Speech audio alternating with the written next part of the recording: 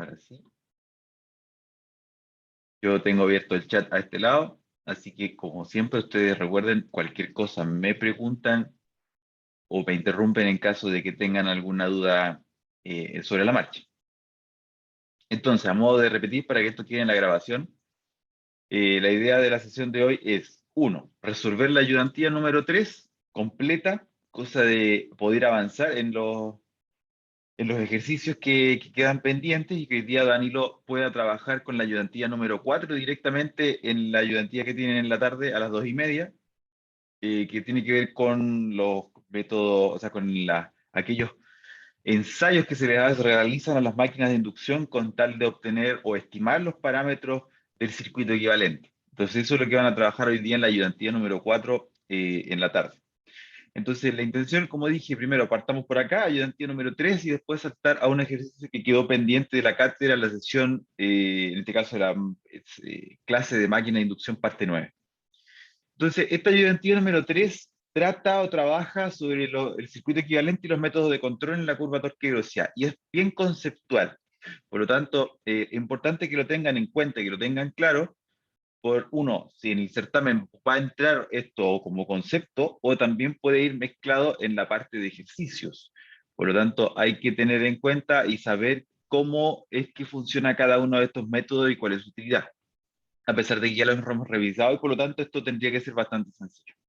Entonces, el primer ejercicio uno, que son conceptos muy superficiales, pregunta primero, ¿cuáles son los métodos de control de la curva torque-velocidad? Que, ojo, son distintos a los métodos de control de máquinas de inducción. Una cosa son métodos de control de la curva torque-velocidad y otra cosa son métodos de control directo, métodos de control dinámico. Los métodos de control dinámico, que no los vamos a revisar porque lógicamente eso corresponde a otra asignatura, está fuera del alcance de esta asignatura por lo menos.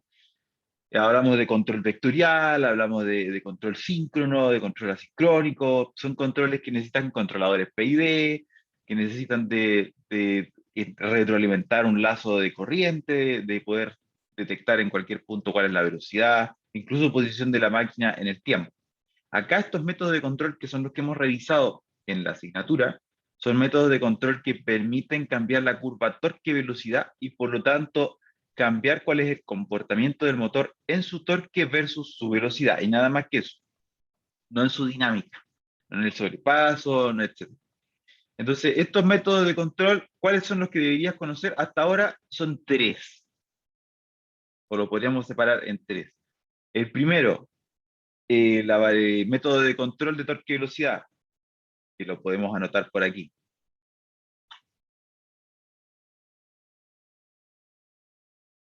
¿Cuáles son los que deberías conocer?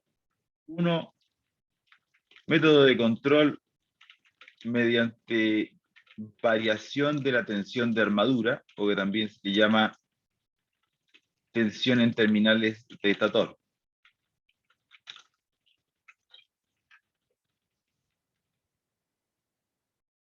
Vamos a cambiar esto. Cambia. Cambia color rojo, que quede destacado y más pequeño. Menos incluso. 8.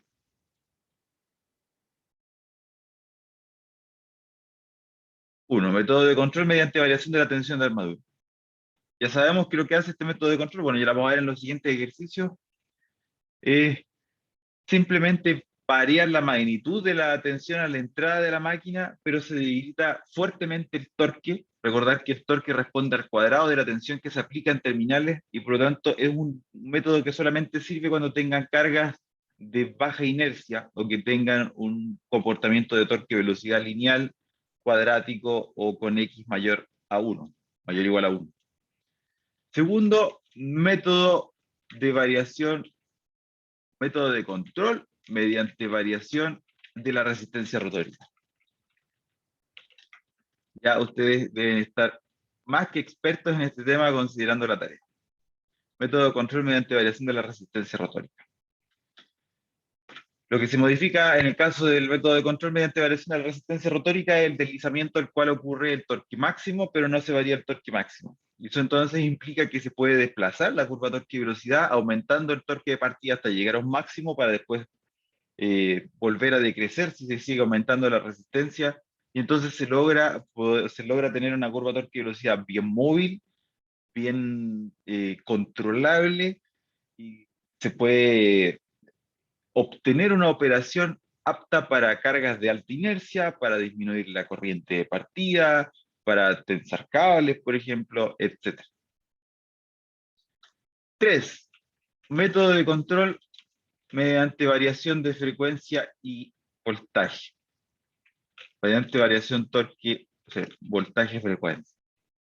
Este es el método que se ocupan los variadores de frecuencia y que lo hemos visto hasta ahora, que no solamente, o sea, es un complemento o la extensión del primer método de tensión de la armadura, y este método de control mediante variación de frecuencia tiene dos modalidades, uno que es de flujo constante, cuando la frecuencia es igual o inferior a la nominal, y tenemos operación a flujo debilitado cuando la frecuencia se eleva por encima de la frecuencia nominal de la máquina.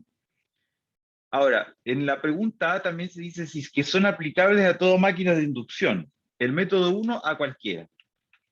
Cualquiera porque desde el momento en que uno tiene un motor de inducción, el motor de inducción nosotros tenemos que alimentarlo. Tenemos que proveerle de tensiones en sus devanados de estator con tal de que el campo magnético rotatorio se genere.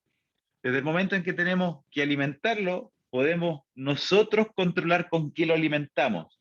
Y por lo tanto, este método que es simplemente variar la tensión a la entrada, al variar la tensión a las terminales de los devanados de estator, eso todos los motores lo tienen, todos los motores necesitan ser alimentados para poder funcionar y para poder, en este caso, el motor de inducción, para poder generar este campo magnético rotatorio, y por lo tanto este método de control es aplicable a cualquier motor de inducción o cualquier máquina de inducción. El método de control mediante variación de la resistencia rotórica, ustedes saben que es solamente aplicable a motores de inducción de rotor bobinado, puesto que son los únicos motores que tienen acceso al rotor. Los de jaula de ardilla no tienen la corrección para poder modificar la resistencia que tiene, o la resistencia equivalente que suponen la jaula de ardilla, o la doble jaula de ardilla en caso de que sea un NEMA C o un NEMA D. Por último, el método de control mediante variación de frecuencia sigue siendo algo que estamos nosotros aplicando a la entrada de la máquina, al momento de alimentarla, y por lo tanto esto también es aplicable a cualquier motor o a cualquier topología, cualquier máquina de inducción, cualquier. Y con eso entonces tenemos el recorrido de esta primera pregunta, y estos son los tres métodos de control que ustedes tienen que saber. Segunda pregunta que dice aquí es si que se puede operar una máquina de inducción por encima de su velocidad sincrónica nominal. Claro que sí, y esto lo vimos en el método 3. Se puede, mediante el método de control de variación frecuencia a flujo debilitado, o campo debilitado también se llama. Esbozar las curvas de torque y velocidad para los distintos controles especificados en A. Y aquí yo voy a hacer trampa. Voy a hacer trampa porque esta misma pregunta la puedo responder acá abajo. Hay que esbozar las curvas torque de velocidad para los distintos controles especificados en A. Y voy a colgar de las tres figuras que están acá. Momento que yo descargué una aplicación que me sirve para mostrar el mouse. Me parece que ahora se ve un circulito naranja dando vuelta en la pantalla. No sé si me pueden corroborar eso.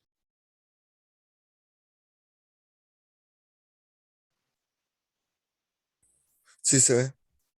Perfecto. Llegué a soñar con eso, me dice Ignacio Pinilla, de, con el método de control de resistencia rotaria. Eso tienen que llegar a soñar con máquinas. Eso está muy bien. Entonces, las curvas torque y velocidad para los distintos controles especificados en A. Primero, tenemos el método de control mediante variación de la tensión de armadura. Lo que hace este primer método es simplemente amplificar o reducir la curva torque y velocidad. O sea, es multiplicar una señal, multiplicar una curva por un factor. Y de esto habla entonces este método que está aquí. O sea, esta curva. Este sería el método de variación de voltaje de armadura. Y aquí tendríamos, por ejemplo, un voltaje cualquiera alto, bastante alto. Acá esta otra curva perfectamente podría ser 0,7 o 0,75 veces la tensión nominal o la tensión que se está aplicando aquí arriba. Y acá abajo, esto perfectamente puede ser la mitad de la tensión. Recordar que la tensión es directamente proporcional al cuadrado del torque. Esto es un tau torque. O sea, al revés. El torque es proporcional al cuadrado de la tensión. Es decir, si es que se disminuye la tensión a la mitad, entonces el torque va a disminuirse a un cuarto, que sería un medio al cuadrado. Entonces, el torque es extremadamente sensible a la magnitud de la tensión que se aplica en los terminales. Y por eso es que es especialmente grave, por ejemplo, en el torque de partida, como se ve aquí en esta zona. A medida que debilitamos nosotros la tensión, entonces vamos a estar debilitando el torque que puede desarrollar el motor al momento de arrancar. Y eso entonces es válido, solamente se podría ocupar con cargas que tengan una característica lineal, por ejemplo, o que tengan una característica cuadrática, por ejemplo.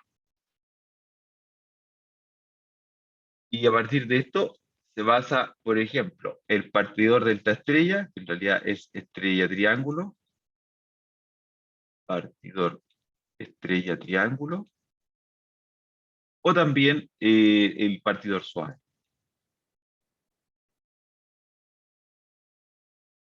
Partidor suave.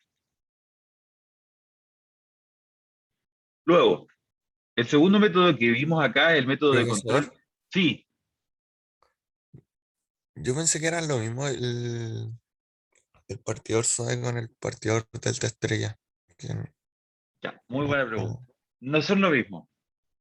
El partidor estrella delta es la versión, no digamos que artesanal, pero la versión discreta del partidor suave. En el partidor delta estrella, y lo vamos a hacer quizá, lo voy a hacer disculpando la poca tecnicidad de esto, en Paint. Por un lado, el partidor estrella delta tiene solamente dos modalidades o condiciones de uso. O sea, es como si tú, prácticamente, de hecho es así, es un switch. Y lo que hace es cambiar las conexiones del devanado de estator entre conexión estrella o conexión delta. Solamente tiene esas dos posibilidades, o estrella o delta. Entonces, si nosotros pensamos que tenemos una alimentación trifásica que viene, por ejemplo, de una red o de una fuente de alimentación variable, acá le vamos a poner red. Entonces, notar qué es lo que ocurre aquí. Vamos a tener nuestro motor y nuestro motor va a estar en estrella. Nuestro motor va a estar en estrella. Bueno, aquí le voy a dar una vuelta media extraña, pero para que calce. Entonces voy a tener conectada a la red aquí un terminal, acá otro terminal que podría ser la fase B de la red, y por acá tendría la fase C de la red o de la fuente de alimentación trifásica variable que yo tengo. O sea, la fuente de alimentación única que yo tengo. Solamente es una fuente o es la red directamente. Generalmente es la red de no partidor de esta estrella. Esa es la gracia. Y por lo tanto, acá lo que ocurre es que la tensión de fase de la máquina, vale decir la tensión monofásica, que en el circuito equivalente nosotros lo revisamos como un B sub S, que era la entrada del circuito equivalente. Nosotros teníamos nuestro circuito equivalente que era así.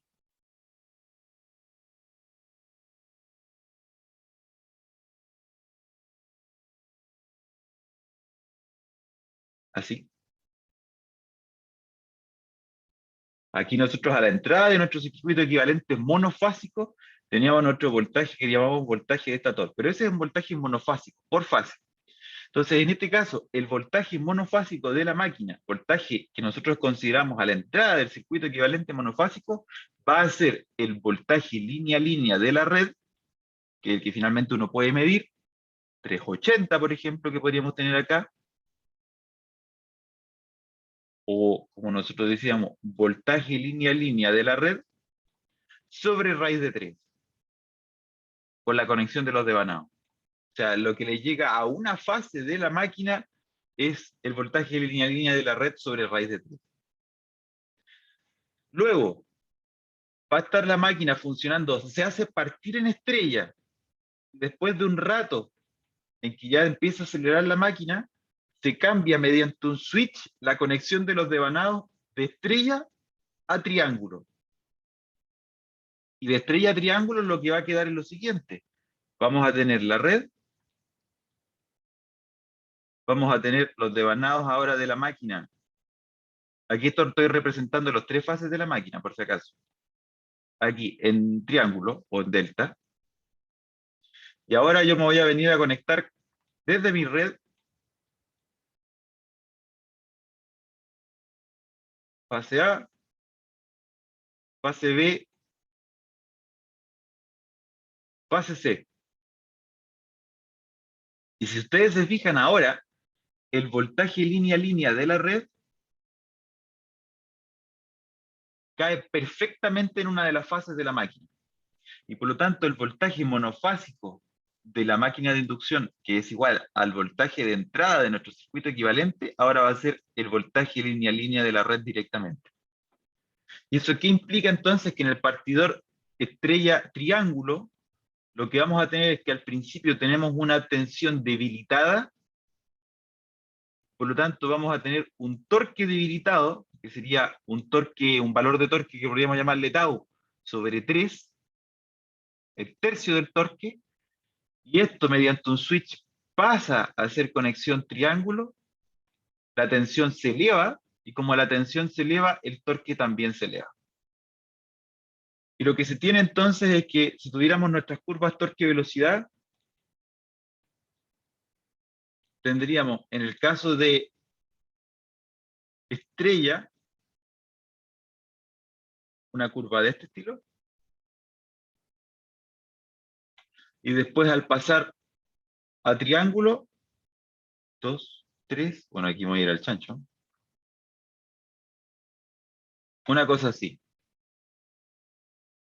Parto en estrella para que la corriente de partida sea baja, para que todo esto funcione con una corriente mucho más baja de lo que en realidad funcionaría directamente conectado si es que tuvieran delta, y después paso a delta, ya cuando el motor aceleró, cuando ya pasó por ese primer transiente sin tener la corriente de partida tan alta, y después se cambia entonces a esta segunda operación que es delta, con tal de llegar al régimen permanente y quedar funcionando bien. Entonces el partidor estrella delta tiene estas dos únicas posibilidades, o cambias de estrella a delta estrella, eso no hay más. Ahora, el partidor suave lo que hace es esto mismo llevarlo a lo continuo, dentro de lo que en realidad es no es continuo continuo, pero aplica electrónica de potencia. Ahora ya no tienes, tengo la red, de la red me conecto a un set de, como vimos ahí en la PPT, electrónica de potencia, en este caso con transistores o con diodos, diodos comandados. Vamos a ponerle aquí. eh, el típico simbolito de las cosas con electrónica de potencia, y aquí vamos a tener el motor de inducción o la entrada trifásica del motor de inducción. Entonces lo que se logra aquí es variar perfectamente o tener un control absoluto de la magnitud de la tensión a través del ángulo de disparo. Y en definitiva, nuestras curvas torque y velocidad van a tener un amplio, ahora sí, un amplio espectro, o sea, puedo partir con un nivel de tensión bajísimo, de hecho lo voy a hacer más exagerado.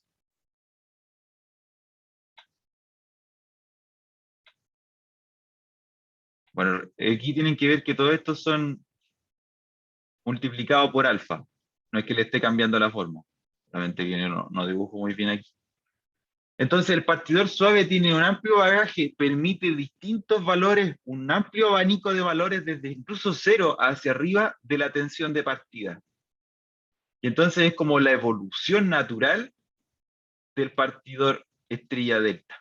Esa es la diferencia entre el partidor estrella delta y el partidor suave. No sé si con esto respondo a tu pregunta.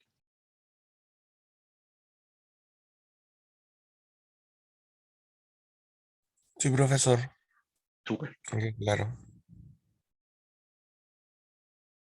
Entonces, volvemos acá. El segundo método que nosotros estábamos viendo, que es este método de control mediante variación de la resistencia rotórica, es este que está aquí.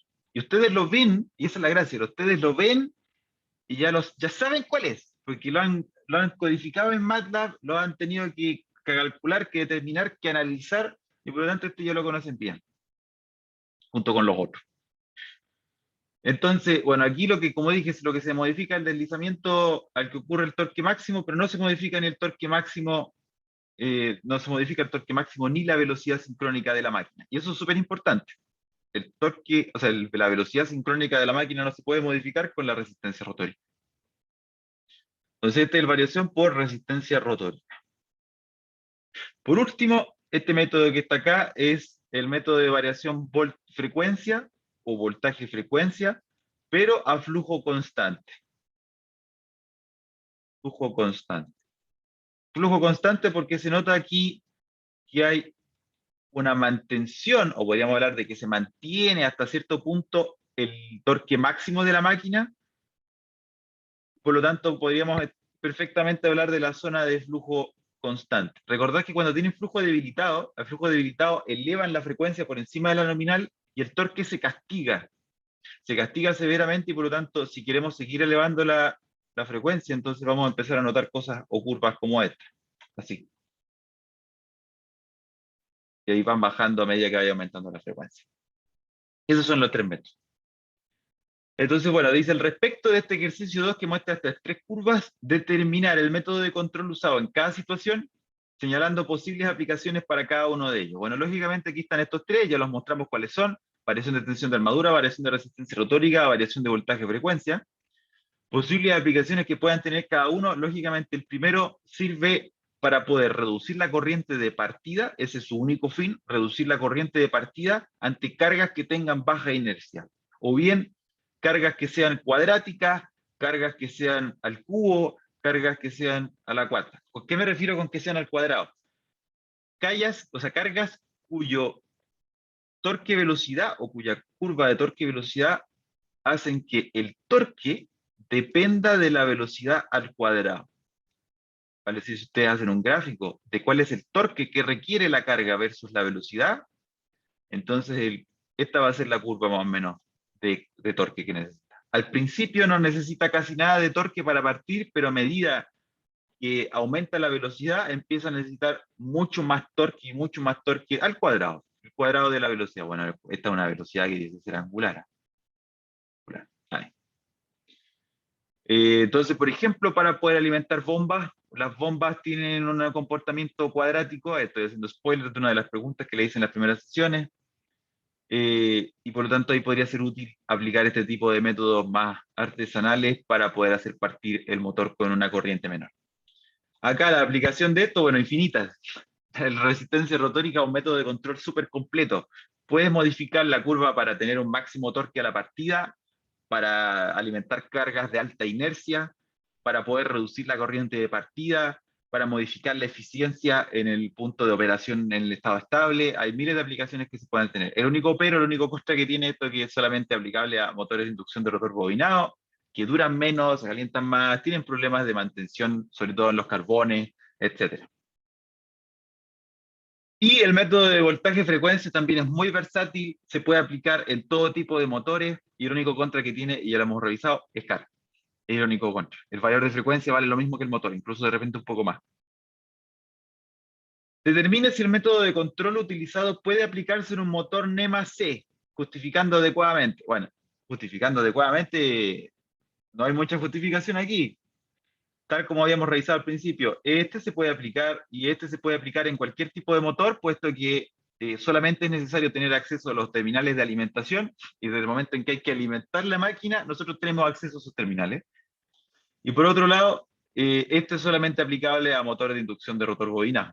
Por lo tanto, si este método de control es aplicable a un motor NEMA C, sí, no, porque el NEMA C es un motor de jaula de ardilla, sí.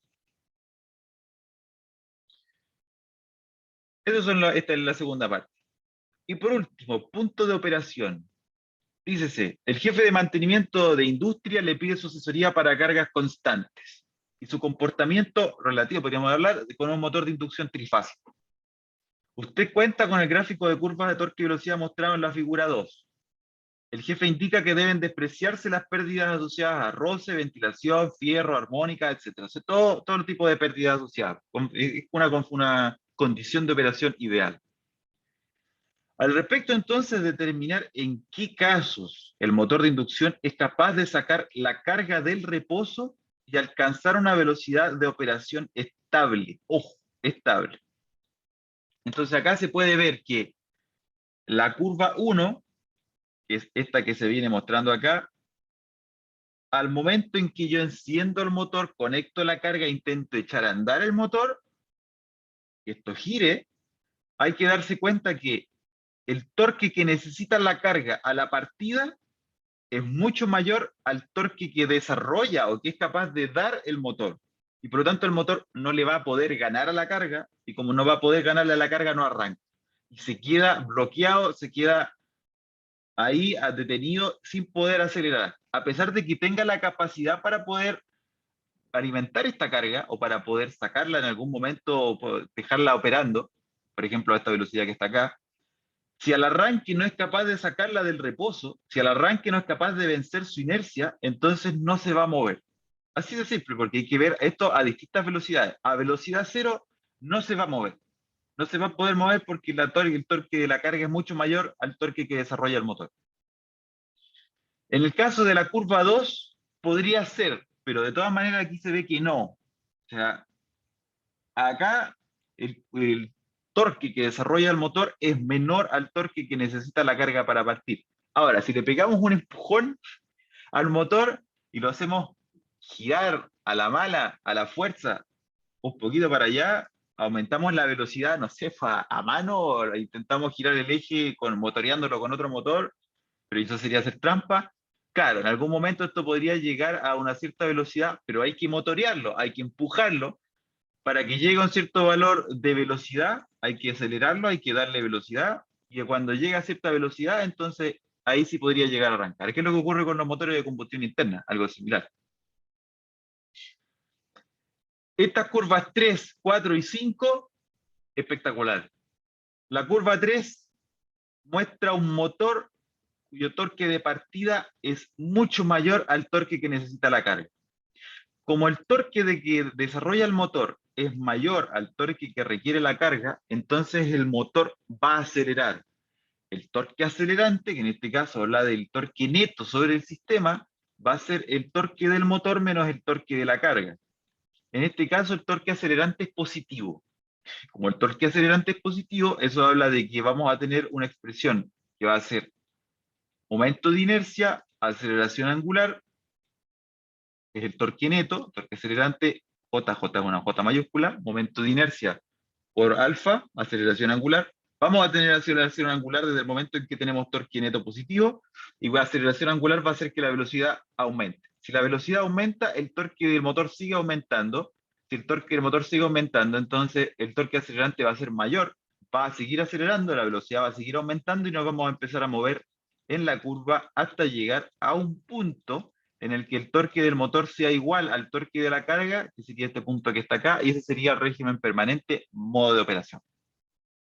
La curva 3, 4 y 5, esa y esa, llegan a operación en estado estable, puesto que en cualquier punto de velocidad que se analice en la región inestable, recordad que la región inestable se define desde el punto de máximo torque hacia la izquierda, en cualquier punto de velocidad o valor de velocidad, el torque que desarrolla el motor va a ser mayor al torque que necesita la carga.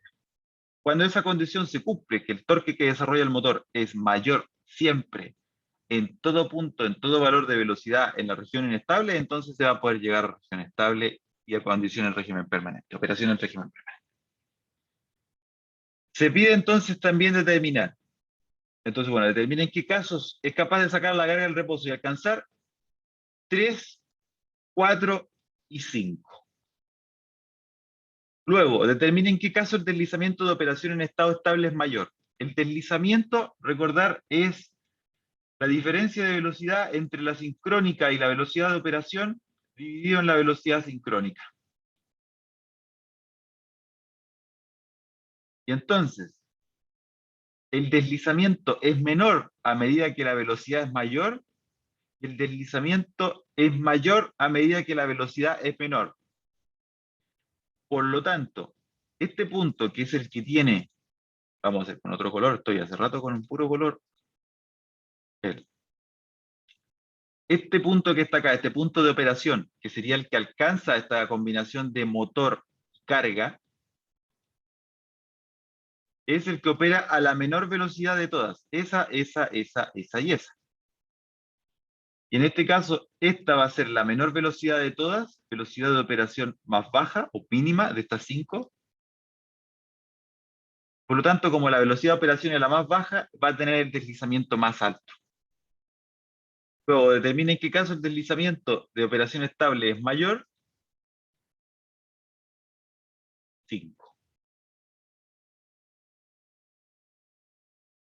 que es este que está aquí. Recordar que a menor velocidad angular, a menor velocidad de operación, mayor es el deslizamiento. Determinar en cuál de los 5 casos mostrados el motor puede operar en régimen permanente, conectado a una carga constante, que debe girar a una velocidad menor a 1400 RPM. O sea, esta curva necesitamos operarla a 1400 RPM. Aquí, considerar que el motor está directamente conectado a la red y que no pueden hacerse más modificaciones sobre las curvas torque y velocidad. Aquí de lo que se puede ver es que no importa cuál sea el motor que elijamos, 1, 2, 3, 4 o 5, ninguna de estas curvas torque y velocidad llega en régimen permanente a una velocidad menor a los 1400 RPM. Va a ser con otro color. Morado. Acá necesitamos llegar. Y esta curva queda operando en 1500, esa de allá en 1600, esa en 1700 y acá ni siquiera llega. Y por lo tanto, sin hacer trampa, no se puede operar la carga a una velocidad menor a 1400 RPM. Con ninguno de estos 5 casos. Para poder hacerlo necesitaríamos un variador de frecuencia. Reducir la frecuencia con la que se alimenta la máquina con tal de reducir la frecuencia sincrónica y entonces desplazar todo esto o todas las curvas hacia la izquierda. Pero sin hacer trampas, o sea, sin hacer más modificaciones sobre las curvas torque y velocidad, no se puede, o ninguno de los 5 casos mostrados es capaz de motorear a la carga o de mover a la carga a una velocidad menor a 1400 RPM en régimen permanente. En el transitorio, claro que sí, o sea, van a pasar por los 1400 RPM en algún minuto o en algún segundo, pero después rápidamente van a llegar a su operación en régimen permanente que es mayor a los 1400 RPM. Y eso habla de la principal contra que tiene el método de resistencia rotórica. La principal contra del método de resistencia rotórica es que no se puede tener un accionamiento de velocidad variable. La velocidad, a pesar de que yo puedo modificar considerablemente la curva torque-velocidad, e incluso podría seguir aumentando la resistencia, pero ya la eficiencia se me va a las pailas, no se puede modificar grandemente o en un gran rango muy amplio la velocidad de operación de la máquina. Entonces, la respuesta a la C es, miren cuál de los 5, en ninguno. En ninguno. Determina el tipo de motor de inducción al que corresponde la familia de curvas mostrada en la figura. Ya, aquí esta pregunta ustedes ya la deben saber contestar. Estos gráficos que está acá, que ustedes, como digo, como lo que decía Ignacio, ya están soñando con estas curvas, es el método de control mediante resistencia rotórica. Se cae de cajón que acá el torque máximo se mantiene, se modifica el deslizamiento torque máximo, no se modifica la velocidad sincrónica, no se modifica el torque máximo y por lo tanto estamos ante un caso de control de la curva torque-velocidad mediante resistencia rotórica. Y de acá hacia allá la resistencia está aumentando. Acá la resistencia rotórica va en aumento. Por lo tanto, ¿cuál es el tipo de motor de inducción? Es un motor de inducción de rotor bobinado, porque es el único motor en el que se puede aplicar este tipo de control. O sea, no tienen cualquier NEMA, el NEMA no se puede aplicar este método de control. Determina el método de control de la curva torque-velocidad que se está ocupando, método de control por resistencia rotórica. Y esa es la resolución de esta práctica o ayudantía número 3. No sé si alguien tiene preguntas con respecto a esto.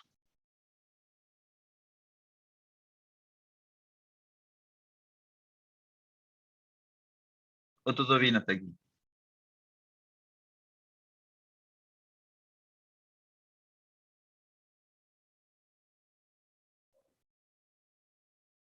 Todo bien, dice Ignacio. Súper.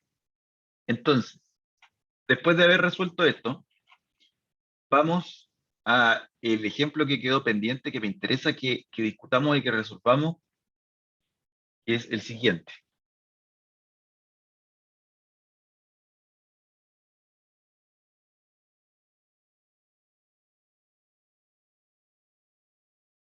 Este es el ejercicio que quedó pendiente de la sesión o la máquina de inducción parte 6, que prefiero resolverlo acá, cosa de que quede bien hechito y que quede bien discutido y bien explicado.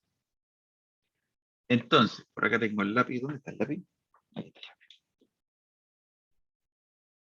Acá se tiene un motor asíncrono trifásico de rotor bobinado, 6 polos, conectado a una red de 220 volts y 50,5 Hz.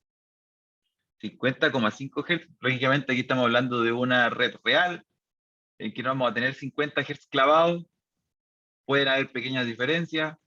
50,5 Hz.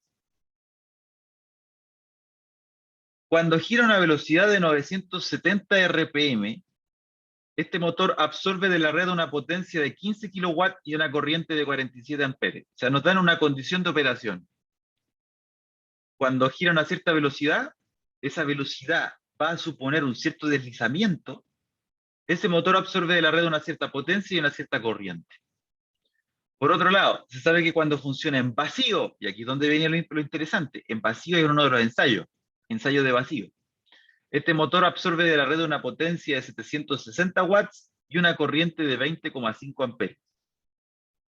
Este motor tiene su devanado del estator conectado en estrella, muy importante, y la resistencia medida entre dos de sus bornes vale 0,38 ohms.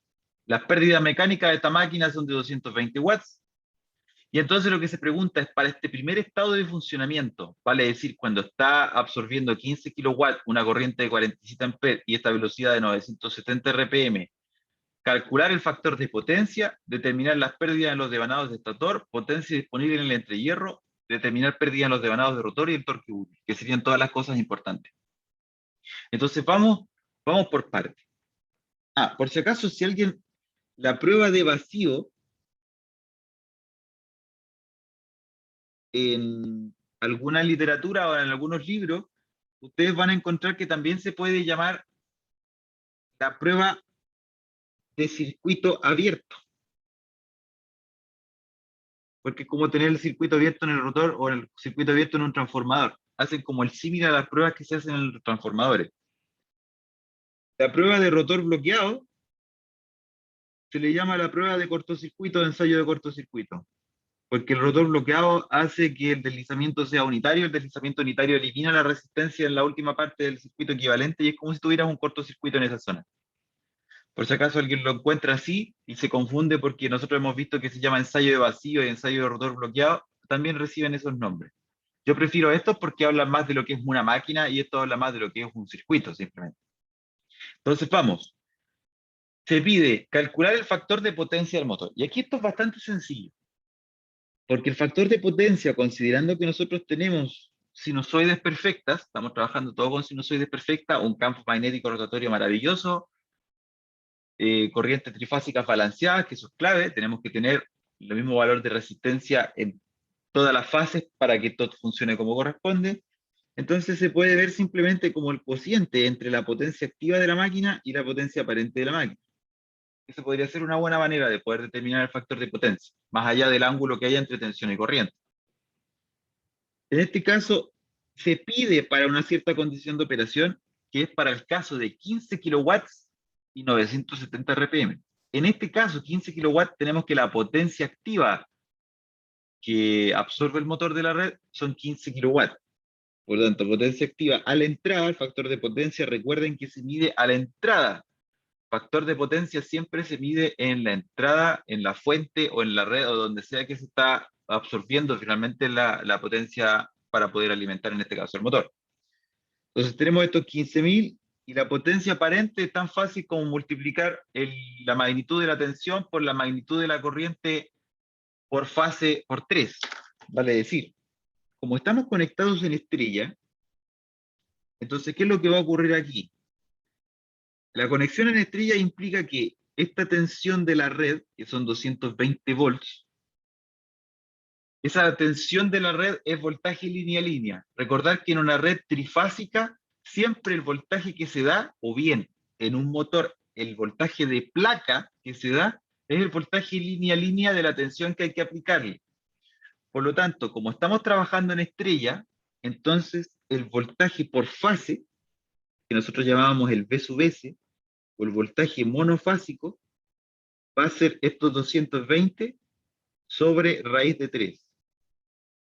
Si ustedes estuviesen trabajando con un motor conectado en delta, entonces el voltaje monofásico va a ser directamente los 220, lo que habíamos discutido del partidor estrella delta. Por supuesto que sí. Luego, acá abajo, la potencia aparente es tan simple de determinar como 3 veces el voltaje monofásico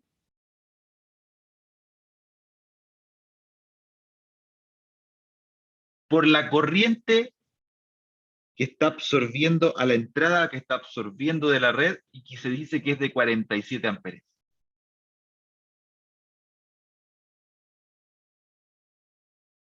3, el número de fases o motor trifásico, tensión monofásica, corriente de línea, que corriente por fase. Luego, el factor de potencia debiera dar aproximadamente 0,8375. Sin unidades, por supuesto. Con esto tenemos el factor de potencia del motor. Que ese es el rango, esa es otra cosa muy interesante que ustedes pueden ocupar después en la industria. Si ustedes no saben el factor de potencia de un motor de inducción, o no está la placa, o ese dato no está en la placa, o qué sé yo, no lo tienen, lo estiman en 0,8 o en 0,85, pero de ahí no se va a mover. Tendría que ser un motor muy especial, muy único, para que tenga un factor de potencia mayor, 0,9 o 0,90 y algo, ya sería muy raro, y también que tenga un factor de potencia menor. 0,5, 0,55, bueno, ya sería un desastre de motor, o como una tremenda cantidad de polos, motor de inducción de flujo axial, por ejemplo, de 28 polos, 24 polos, puede alcanzar ese nivel de factor de potencia, pero no va a ser un motor que ustedes tengan que trabajar en una industria, esos son motores de laboratorio, motores en aplicaciones muy, muy especializadas. Entonces, de por sí en industria lo que se tiene es factor de potencia alrededor de 0,8. Si no lo tienen el dato, estiman 0,8. Eso es el entre paréntesis. Este es el ítem A. Luego, determinar las pérdidas en los devanados de Satori. Para eso tenemos que recordar el circuito equivalente. El circuito equivalente nosotros teníamos esto. Teníamos la rama serie a la entrada de la máquina.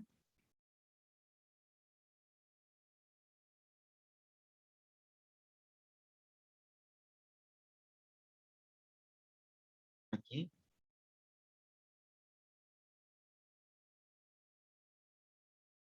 Teníamos la resistencia de estator, J por la reactancia de estator, resistencia de rotor, J por la reactancia de rotor, J por la reactancia magnetizante, y acá tenemos la resistencia de rotor por 1 menos S sobre S.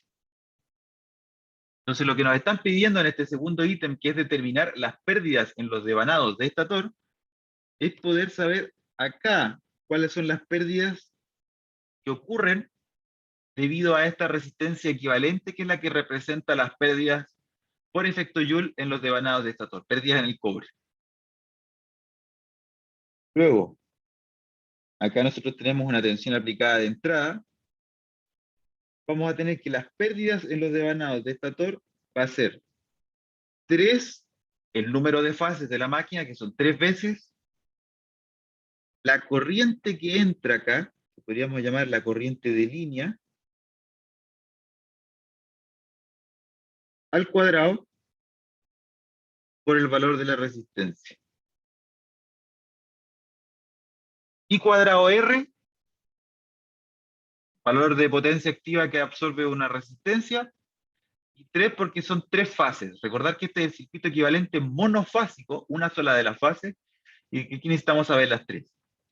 Entonces, en esta condición de operación, que ojo, todo esto se pregunta para una condición de operación de 15 kilowatts y 970, ¿vale? Es decir, esta condición de acá arriba va a ser, tenemos 3 veces la corriente de línea que el enunciado dice que son 47 amperes al cuadrado, aquí me salto las unidades, por la resistencia de estator. Y aquí es donde enfrentamos un primer problema.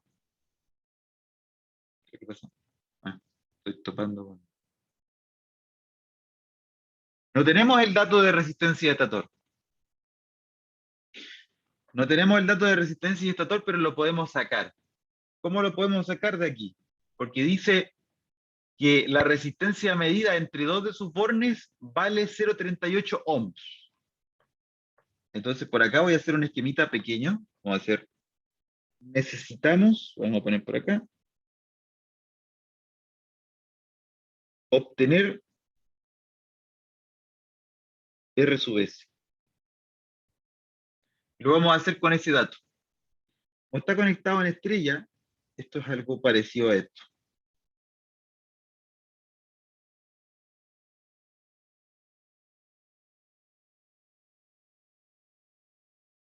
Dice, la resistencia medida entre dos de sus bornes, para decir la prueba DC, ¿recuerdan lo que habíamos revisado en la última sesión de cátedra? El ensayo DC para poder obtener la resistencia, lo que se hace es que se alimenta a estos dos bornes con una tensión continua.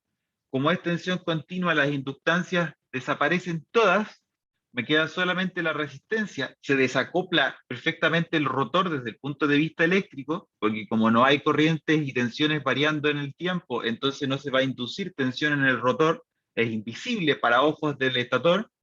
Entonces tenemos tensión DC, y la tensión DC en estrellas, si se fijan, va a pasar por dos resistencias. Eso fue lo que nosotros revisamos en el ensayo DC. Para decir que la resistencia medida acá, estos 0,38 ohm,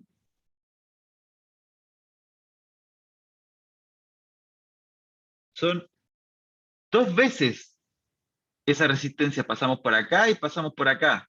Si medimos entre dos bornes de la máquina cuál es la resistencia, vamos a estar midiendo dos. Entonces estamos midiendo dos veces resistencia sub S. Luego, la resistencia de estator, o la resistencia equivalente de estator, debiese ser 0,19. Ahora, aquí hay una salvedad, que no sé si alguno de ustedes me puede contestar. ¿Puedo llegar y ocupar este valor 0,19 o tengo que hacer algún ajuste?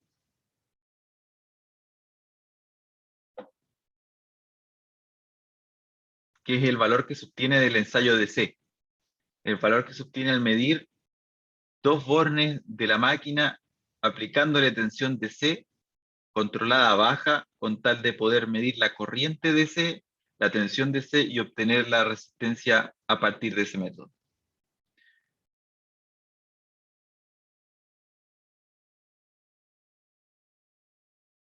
Acá lo que hay que hacer es esta resistencia de estator, ajustarla, puesto que el ensayo de C se hace a una cierta temperatura, que normalmente es muy baja, de temperatura ambiente, 20 grados, 25 grados, y no representa la resistencia real de la máquina cuando está operando en régimen permanente, que puede alcanzar 60, 70 grados, 80 grados perfectamente, los devanados, y por lo tanto hay que hacer un ajuste de temperatura y también un ajuste de frecuencia, porque acá tenemos tensión DC, en tensión DC vamos a obtener un valor de resistencia, pero eso es distinto a corriente alterna. Tenemos, por ejemplo, efecto Skin, que bueno, es muy tenue, pero de todas maneras puede elevar el valor de esta resistencia. Luego, acá se tiene que hacer un ajuste de la resistencia por temperatura, frecuencia, etc. Yo le puse una expresión que recomienda la IEEE que es para ajustar según lo térmico. Térmicamente, que era una resta de sumas de temperaturas y constantes dependiendo de los materiales. Entonces, en este caso, vamos a ocupar una regla del maestro Chasquilla y va a ser 1,5 veces el valor de resistencia medida, que es este que está acá, resistencia en DC. Esto me da aproximadamente 0,285 ohms. Esta sí es la resistencia que voy a ocupar. Entonces, ¿qué es lo que estoy haciendo? Es tomando estos 0,19, que son los que yo obtuve en mi ensayo DC, lo reajusto, lo ajusto, lo multiplico por un factor, cosa de que se ajuste a la temperatura de operación real que tendría la máquina, a la frecuencia de operación y otros tantos factores que se deben considerar.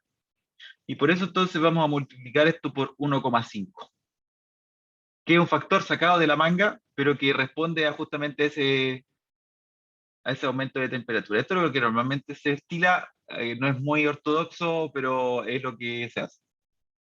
Igual, si es que se tiene la temperatura a la que se hizo la medición de C, y se sabe el material de los conductores, se puede aplicar la recomendación de la IEEE y ajustar las resistencias del circuito equivalente a partir de esa expresión, de esa temperatura y del material con el que se esté trabajando. Luego, ahora descubrimos esta resistencia que son 0,285 y nos vamos a venir a donde nos habíamos quedado. Pérdidas en el cobre, que era en esta expresión que está acá. Entonces vamos a poner luego, pérdidas en el cobre en los devanados de estator. Va a ser 3 por estos 47 amperes al cuadrado, por el valor de resistencia que acabamos de determinar, que es 0,285. Y todo esto me va a quedar en watts. Según lo que yo tengo calculado, ¿dónde lo tengo calculado? En alguna parte lo tengo. Ah, por aquí. Son 1888,7 watts. Incluso podríamos 1889 watts.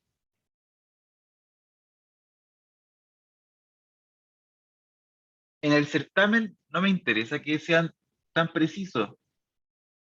Ahora, si les da 1300, lógicamente está malo.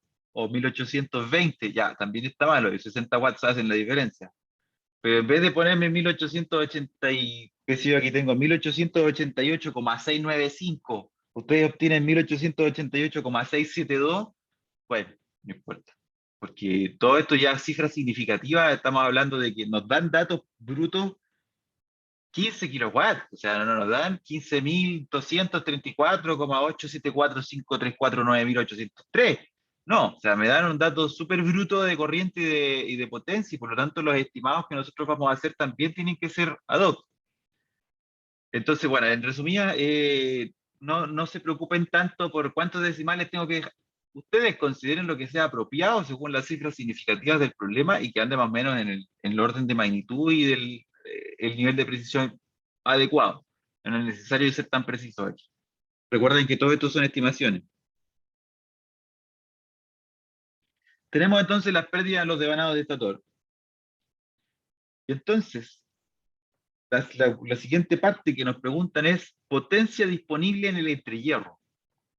Vale decir acá, queremos saber cuál es la potencia que hay a este lado del circuito equivalente. O si nosotros queremos hacer nuestro diagrama de potencia tan famoso y tan adorado, sería algo de este estilo.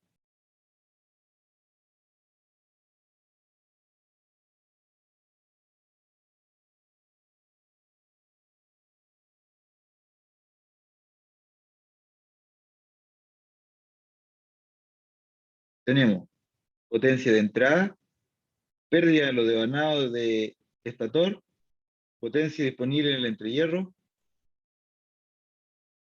pérdida en los devanados de rotor, potencia electromagnética, pérdidas de roce, ventilación, fierro, adicionales, todo lo que se le ocurra, y vamos a tener potencia de salida.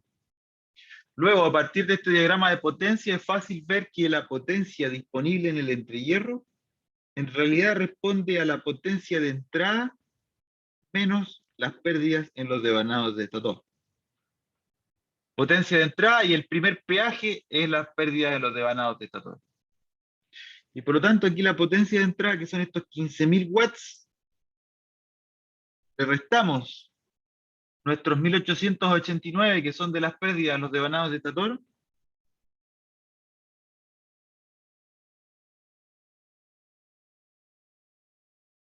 nos va a dar la potencia disponible en el entrehierro.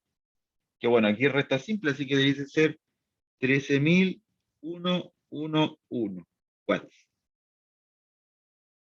Esa sería la potencia disponible en el entrehierro. Hasta aquí vamos bien. Este sería el ítem B. Tenemos las pérdidas de los devanados de estator y tenemos la potencia disponible en el entrehierro. Ahora nos piden por determinar las pérdidas en los devanados de rotor y el torque útil. Aquí es donde viene lo bonito. Vamos para allá. De hecho, yo creo que me voy a traer el enunciado a la siguiente página para que lo tengamos a la mano.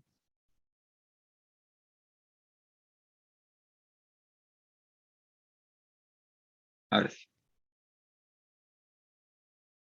Para determinar las pérdidas en los devanados de rotor, aquí es donde viene una parte bien interesante.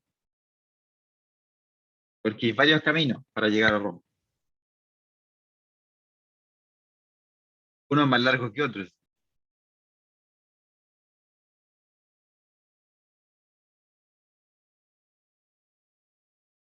En nuestro circuito equivalente, de hecho me lo voy a traer de la otra, ¿para qué?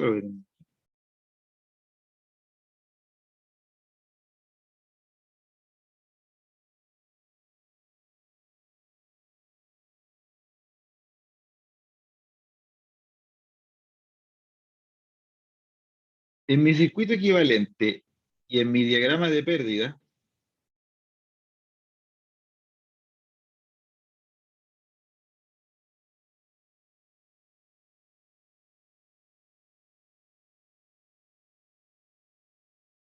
necesitamos saber las pérdidas en los devanados de rotor. Vale decir, acá. Aquí queremos saber las pérdidas, lo que supone conocer esto que está aquí, en el diagrama de potencia. Para eso tenemos varias alternativas. Una primera alternativa muy larga, muy tediosa y muy fome es considerar que las pérdidas en los devanados de rotor son 3 veces número de fases, la corriente que circula por rotor al cuadrado por la resistencia de rotor. ¿Por qué? Porque esto requiere saber dos cosas. La corriente de rotor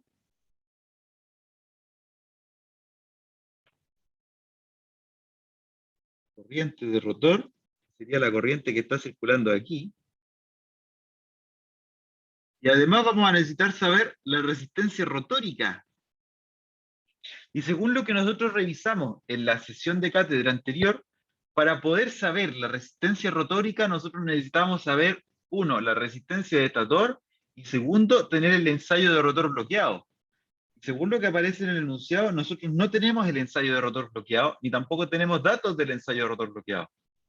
Por lo tanto, no podemos saber todavía el valor de resistencia rotórica y este camino, que bien podríamos hacerlo, pero es larguísimo, ir probando, etcétera, no funciona. ¿Qué es lo que sí se puede hacer? Y esto ustedes tienen que recordar, y por aquí lo tengo anotado cuál era la lámina en que lo vimos, que es revisar lámina 11 del PPT máquina de inducción parte 3. Nosotros llegamos a una derivación matemática muy simple de la potencia de los devanados de rotor y la potencia electromagnética a partir del deslizamiento. O sea, nosotros decíamos que la potencia de los devanados de rotor era simplemente el deslizamiento por la potencia disponible en el entrehierro y que la potencia electromagnética era 1 menos S por la potencia disponible en el entrehierro. Y eso es así, la matemática no nos miente. De hecho, se los voy a mostrar, para que vean que no les estoy mintiendo. Docencia PUCB, aquí, máquina de inducción, subido, MI parte, ¿cuánto les dije? Parte 3, lámina 11, 8, 9, 10, 11. Y aquí del análisis del circuito equivalente nosotros llegamos a que podíamos notar que la pérdida de los devanados de rotor eran simplemente multiplicar el deslizamiento por la potencia disponible en el entrehierro. Y asimismo la potencia electromagnética era simplemente la potencia disponible en el entrehierro por 1 menos S.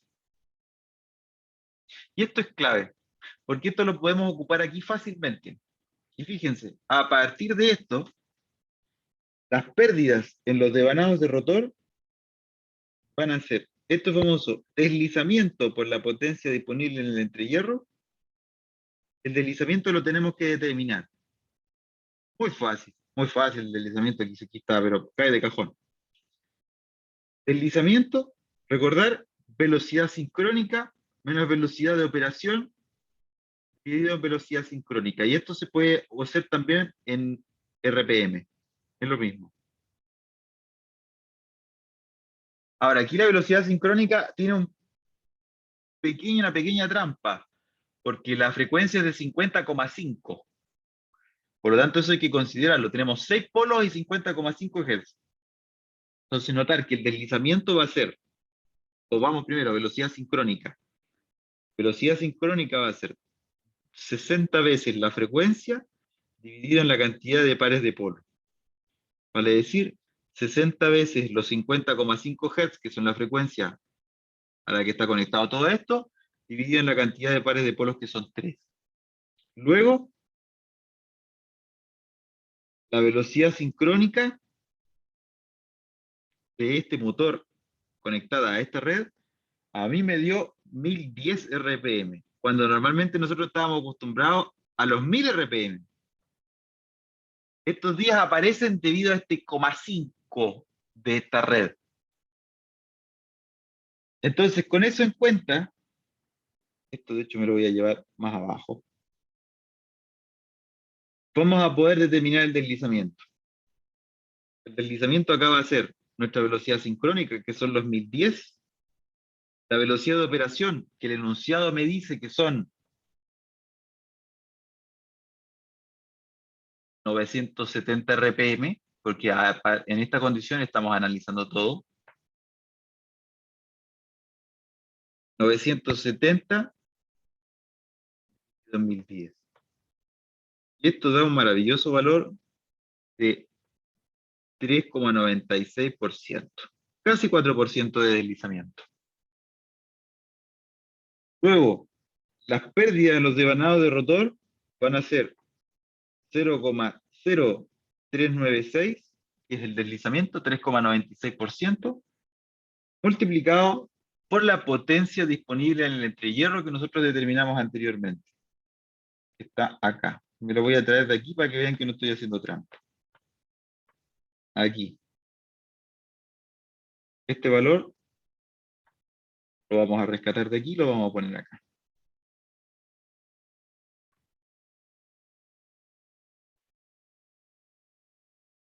$13,111 y todo esto queda en watts.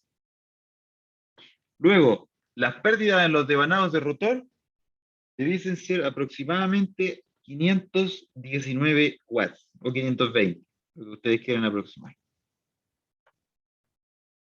Asimismo, la potencia electromagnética es 1 menos S por la potencia disponible en el entrehierro, el resto. En este caso sería 1 menos estos 0, o sea, 3,96%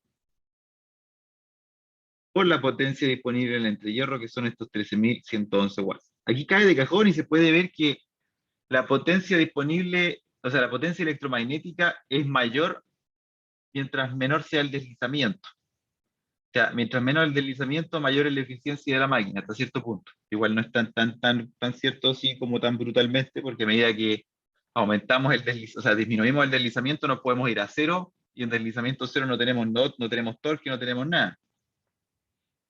Pero bueno, aquí tenemos entonces pérdidas de vanado de rotor, 519 watts, potencia electromagnética, que me faltó calcularla aquí, 12,592 watts de manera aproximada. Luego, de nuestro diagrama de potencia, notar que ahora estamos acá. Potencia electromagnética logramos desarrollar. Tenemos este valor que está aquí. Lo último que nos queda por determinar son las pérdidas por Rossi y ventilación. Y las pérdidas por Rossi y ventilación las sacamos del ensayo de vacío. Y lo voy a poner acá. Del ensayo de vacío.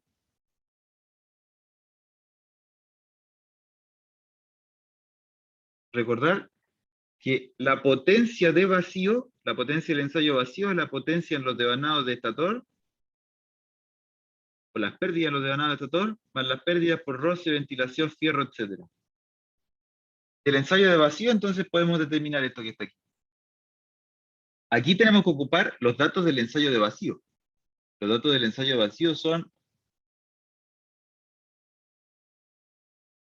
760 watts y corriente de 20,5.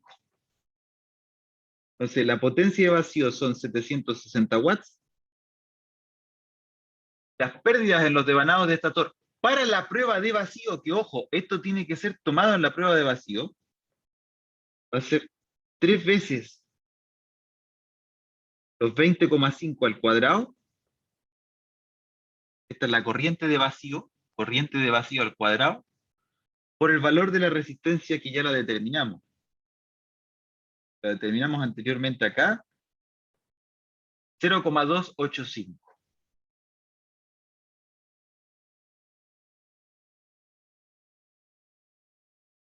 Y con esto podemos determinar las pérdidas por roce, ventilación, fierro, etc. Pérdidas de roce, ventilación, fierro, en este caso son aproximadamente, ¿dónde lo tengo calculado?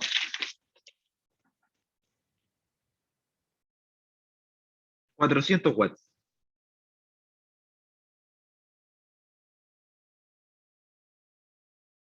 Ojo que acá ya tenemos una primera respuesta. Eso lo preguntaban en el enunciado. Ahí hay una primera respuesta. 519 watts. Tenemos las pérdidas de roce, ventilación y fierro. Nos venimos a nuestro diagrama y vamos entonces a tener que la potencia de salida es la potencia electromagnética menos las pérdidas por roce y ventilación. Vale decir, me voy a llevar este valor que está aquí.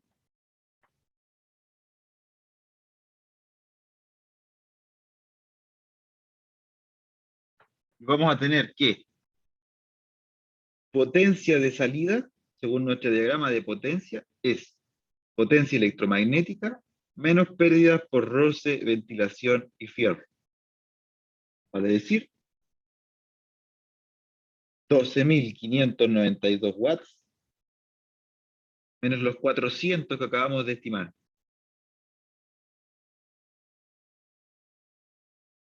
Luego, la potencia de salida, potencia útil de todo esto, descontando todas las pérdidas, debiese ser de 12.192 watts. Y en definitiva, lo último que me queda hacer es que el torque de salida es la potencia de salida dividido en la velocidad de operación. Eso es lo más simple de todo. Potencia ya es mecánica, así que es torque por ómega, torque por velocidad. En este caso, entonces, tenemos nuestros 12.192 dividido en nuestra velocidad de operación, que son nuestros 970 RPM pasados a radianes partido en segundo. En definitiva, el torque útil de esta máquina en esta situación, en esta condición de operación en específico, es de aproximadamente 120 Newton metro.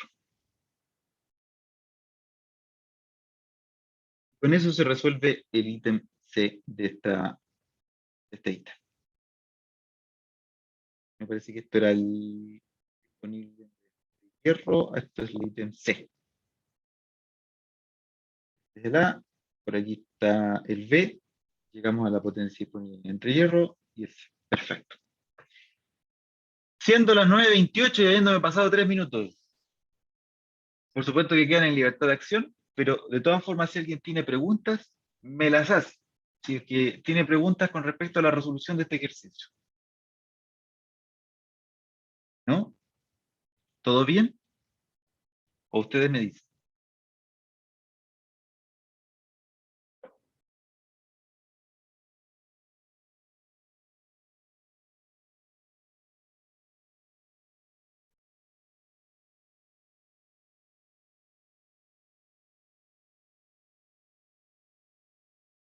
Todo bien, me dice Marcelo. Bien, me dice Ignacio. Excelente. Entonces, esto mismo, y bueno, reforzado, porque van a ver ensayo por ensayo cada uno de esos y cómo ir determinando cosas y después cómo mezclar todo en un ejercicio final, lo van a ver en la ayudantía de las 2:30, y que van a hacer la continuación finalmente de esto que estamos discutiendo superficialmente aquí. Así que bien, nos vemos el miércoles. Yo aquí dejo de grabar